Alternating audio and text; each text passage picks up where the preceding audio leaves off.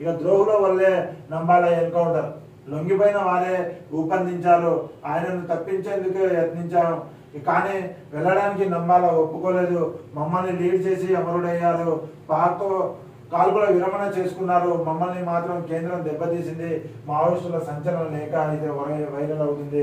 అయితే ఉగ్రవాదులు ఎవరైతే దాడి చేస్తున్నారో ఉగ్రవాదుల దాడుల పైన వాళ్ళ కాల్పుల వివరణను మాత్రం విరమించారు, కానీ మేము ఎన్ని లేఖలు పెట్టినా మమ్మల్ని మాత్రం పట్టించుకోలేదు, కానీ మా కాల్పులు విరమించకుండా మమ్మల్ని చంపేస్తున్నారు, ఎన్కౌంటర్లు చేస్తున్నారని చెప్పేసి ఒక లేఖ అయితే వైరల్ అవుతా ఉంది. మావోయిస్టు పార్టీ అగ్రనేత నంబాల కేశవరావు ఇటీవల జరిగిన ఎన్కౌంటర్లో భద్రతా దళాల చేతిలో మరణించిన విషయం తెలిసిందే. ఈ క్రమంలో నంబాల కేశవరావు ఎన్కౌంటర్ పై మావోయిస్టు పార్టీ సోమవారం లేఖ విడుదల చేసింది. స్పెషల్ జోనల్ కమిటీ పేరుతో లేఖ రిలీజ్ చేశారు.